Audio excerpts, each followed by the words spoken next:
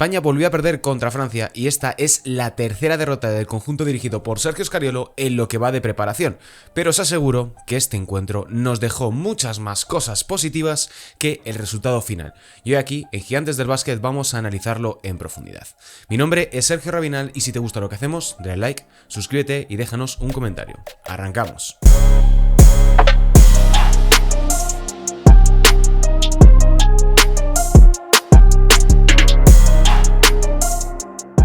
Hola, ¿qué tal? Bienvenidos y bienvenidas un día más aquí, a Gigantes del Básquet, para hablar un poco de todo lo sucedido en este segundo encuentro de la selección española contra la francesa, en el que fue el cuarto partido de preparación rumbo al Eurobásquet 2025.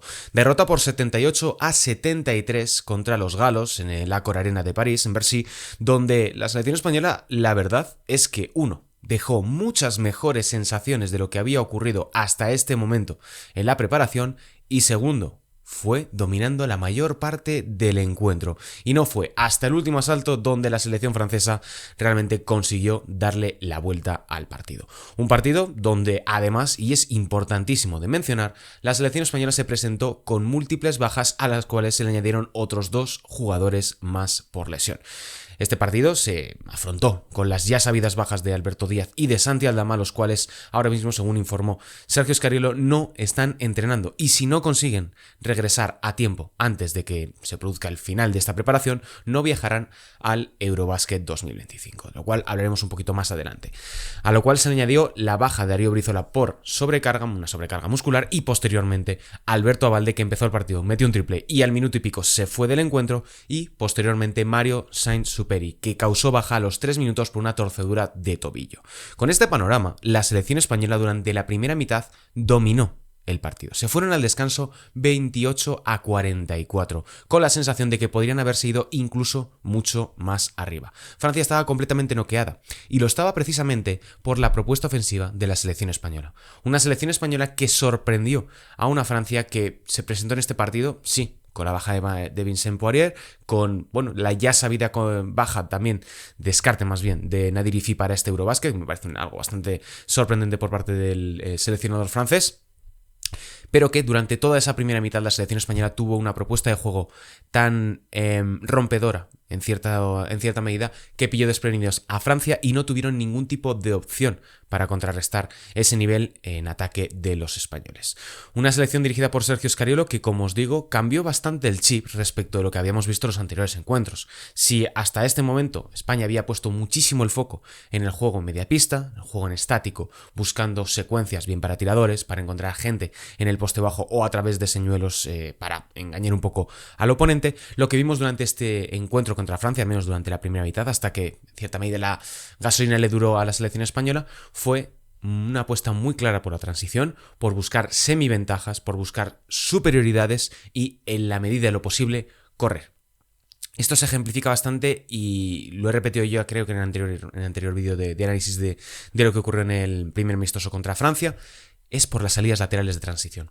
Cuando España consigue mover el balón hacia los laterales y encontrar un corte en lado contrario en carrera, es muy, muy difícil parar a esta selección. Una selección que encuentra muy bien y muy rápido ese tipo de situaciones, que se adapta muy bien a los jugadores con los que ahora mismo cuenta. Veremos si también cuentan de cara al encuentro contra Alemania este próximo día 21, pero creo que este es el camino de la selección española si quiere tener un torneo positivo, que no largo porque eso depende de múltiples factores, aunque se han puesto bastante de cara con la más que posible baja de Janan Musa por parte de Bosnia y Herzegovina, así como otros tantos que son ausencia en el grupo de España. Pero bueno, creo que ahora mismo hay que poner en valor lo que está haciendo la selección española, dado su contexto. Esto no es una excusa. Creo que hay que entenderlo antes de lanzarnos a decir que este equipo es malo, este equipo es corto, estos jugadores no deberían estar aquí. Eso a mí no me compete decirlo y creo que hay que ir por otro camino. Por ejemplo, estamos hablando que ahora mismo esta plantilla, la plantilla que compitió anoche contra Francia, tenía 5 jugadores por debajo de los 24 años. Ferrando, del año 2002, Jaime Pradilla, 2001, Sergio de la Rea, 2005, Mario Sainz-Superi, 2006 y Isaac Nogués, de 2004. Y ayer, el mejor jugador de la selección española es Santi Justa, con 19 puntos y 7 asistencias, dando un paso adelante que yo francamente no esperaba, sobre todo en defensa. La primera mitad de Santi Justa en defensa es de lo mejor que le he visto en estos 2 últimos años, y sobre todo que lo haya conseguido hacer con la selección española es más que remarcable. Otro aspecto importante para poner un poco en contexto lo que vimos ayer, e insisto, el resultado me importa más bien poco. De hecho, Francia se vino arriba en los últimos minutos, parecía que estaban jugando una final olímpica y no un amistoso de preparación. Pero bueno, Francia se presentó a este encuentro con 9 jugadores que jugaron la pasada temporada en la Euroliga, y el resto completaban el roster siendo jugadores de NBA. Para que lo pongamos en contexto, la selección española anoche solamente tenía a 4 jugadores que disputaron la Euroliga la pasada campaña: Billy Hernán Gómez, Juancho Hernán Gómez, Alberto Abalde y Joel Parra. El resto, jugadores de la Basketball Champions League, de la Eurocup, de la FIBA Eurocup, o que ni siquiera jugaron doble competición, como era el caso de Ferrando, o evidentemente Isaac Nogués, que formaba parte del afiliado de los Blazers en la Liga de Desarrollo. Y pese a todo esto, España consigue proponer un juego veloz, un juego dinámico, un juego que hace mucho daño al sistema de Frédéric Fatot, del seleccionador francés. Y bueno, sí que es cierto que después del descanso vemos una versión completamente distinta de los galos, que pasan en un momento de estar 28-44 a estar 38-46 en un abrir y cerrar de ojos en el tercer cuarto, fruto de ese paso adelante de Isaiah Cordinier, de Sylvain Francisco, de Yaite, de Koulibaly, por ejemplo, también, que me gustó bastante en esa segunda mitad. Y la clave de la remontada de Francia es, más allá de ese salto, en ese paso adelante, perdón, en intensidad, en defensa y en nivel físico, que había momentos en los que la selección española o bien no conseguía pasar del medio campo, o bien se les conseguían alejar muchísimo de la zona de juego habitual, casi perdiendo el balón en medio campo debido a esa presión de líneas de pase, de manejadores. Habría que también hablar un poco de lo permisivos que pudieron llegar a ser los colegiados en según qué contactos, pero bueno. Otro punto importante de la remontada de Francia es el hecho de que hicieron muchísimo daño en la defensa de cambio que había propuesto España en el bloqueo directo, donde pues entre Nadir Ifi, Sylvain Francisco, Cordinier y en cierta medida Yaite, pues bueno, consiguieron encontrar ese camino directo al aro, o bien para un desajuste que hizo muchísimo daño, sobre todo con Billy Hernán Gómez en cancha, que es un poco lo que se ven obligados a hacer en la selección española para contrarrestar un poco los efectivos con los que cuentan. Tienen que ser mucho más agresivos, tienen que jugársela mucho más, y hay jugadores que tienen que estar en posiciones y en situaciones donde evidentemente no son lo más positivo para ellos, pero es a lo que se ven obligados dadas las circunstancias y dadas las ausencias. Bien, la importancia de este partido. La versión, e insisto, que vimos anoche de España es para invitar bastante al optimismo. Y lo digo habiendo sido muy crítico en los anteriores 3 encuentros con la selección. Me sigue faltando un mayor volumen de lanzamiento en triples. Anoche se lanzan solamente 21, un porcentaje discreto, pero creo que necesitan incrementar el volumen desde la larga distancia, sobre todo aprovecharlas en transición, en llegada, donde el riesgo, pues bueno, se diluye un poquito porque luego puedes cargar el rebote ofensivo en transición conforme llega el resto del equipo.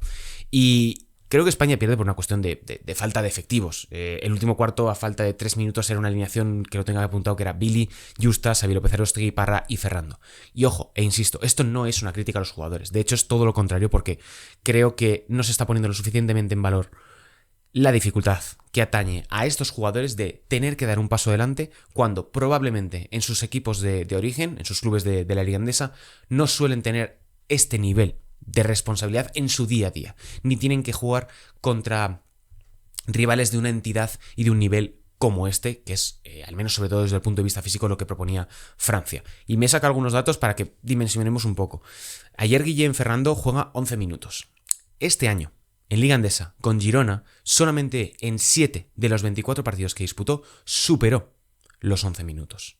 Sergio de la Rea, que ayer juega 25 minutos, que habrá muchos que no estén contentos con el rendimiento del vallisoletano, que le saquen pegas por el hecho de que comete muchas pérdidas en algún momento, que no consigue controlar el ritmo de partido. Era la primera vez en toda la temporada, podríamos decir, más allá de los amistosos, donde disputaba más de 25 minutos. Esta última temporada con Valencia Basket en Liga Endesa no ha superado los 25 minutos, no ha llegado a disputar 25 minutos. Y ahora mismo está jugando ese volumen de tiempo sobre la cancha por primera vez en todo el curso. forma parte de una evolución, pero hay que tener esto en cuenta cuando nos pongamos a analizar la situación y el contexto y cómo están jugando ciertos jugadores. Pero bueno, otro aspecto importante sobre lo que decía del cambio de juego de la selección española. Sergio Escarero dijo este pasado sábado en una entrevista con Juan Jiménez en el diario AS que no podían permitirse el lujo de jugar tanto sistema estático, tanta jugada a media cancha, y que tenían que apostar por ser mucho más rápidos, por ser mucho más dinámicos y por un sistema que pudiera maximizar esas virtudes que pueden tener los jugadores a día de hoy que integran la plantilla de la selección española. Y creo que se puede ver en el contraste que hay entre el primer encuentro y el segundo partido contra Francia, donde yo os diría que hay incluso casi dos equipos distintos.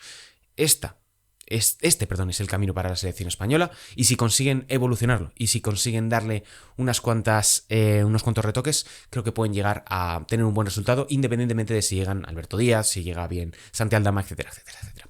Lo que se viene, bueno, como os decía, la preocupación por las lesiones. Tanto Díaz como Aldama ahora mismo no están entrenando. Y no están entrenando con la selección española porque están causando baja. Ayer vimos en redes sociales que habían puesto habían subido un vídeo de Santi Aldama corriendo y reacondicionando un poco su cuerpo de cara a potencialmente regresar con la selección española, pero apenas queda esta semana para poder ultimar esa recuperación, al igual que la del base malagueño, porque el 27, empieza ya el Eurobasket, tendrán que viajar a Chipre con todo lo que eso supone, y esos dos encuentros que restan para la selección española contra Alemania. Primero en Madrid este próximo 21 y posteriormente en Colonia para cerrar esa ida y vuelta contra los germanos. Brizuela yo creo que debería estar, fue por una cuestión de descanso, una sobrecarga que sufrió en el primer partido, por eso jugó tan poquito durante el encuentro contra Francia en Badalona. Abalde arrastra molestias y pidió el cambio, como os decía, nada más empezar el encuentro. Y la verdad es que es preocupante el caso de Mario Sansuperi, porque una torcedura de tobillo a una semana y pico de que empiece el torneo es realmente preocupante y podría generar una situación donde la selección española tenga que ir con Sergio de la Rea, con Guillem Ferrando y con Isaac Nogués como línea exterior y de puesto de base, aunque Nogués sea un escolta, pero siendo apoyado por Darío Brizuela en el puesto de 1,5-2. Es algo que no es el mejor panorama, sobre todo por la experiencia con la que cuentan estos jugadores y es importante, hay que tener en cuenta cómo funcionan las convocatorias en el baloncesto FIBA. La selección española ya envió una lista larga de jugadores convocados a principios del mes de julio, y ahora no podría, os tendría muy complicado poder convocar a jugadores que no estaban dentro de esa convocatoria. Por eso está tirando de nombres que han disputado o que han integrado a la lista de España B y no en otros que puedan estar ahora mismo pues entrenando en sus respectivas ciudades o ya casi a las órdenes de sus clubes en la Liga Andesa.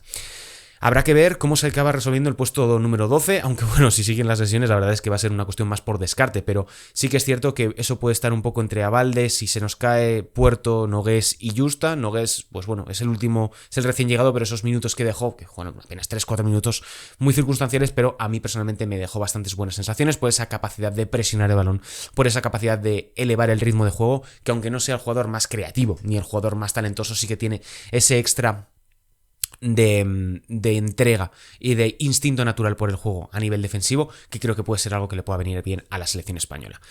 Así que bueno, próximo partido 21 de agosto contra Alemania, 9 de la noche en Madrid. Alemania es una de las grandes favoritas a ganar el Eurobasket junto con Serbia, dos de las más poderosas de cara a este torneo. La clave van a ser como siempre los lesionados y cómo llega el otro equipo. Así que bueno, al día siguiente estaremos aquí para contároslo, como siempre, aquí en Gigantes del Básquet. Si os ha gustado lo que hacemos, dejadnos un like, suscribiros si no nos conocíais y os leemos en comentarios. Mi nombre es Sergio Rabinal, un saludo y hasta la próxima.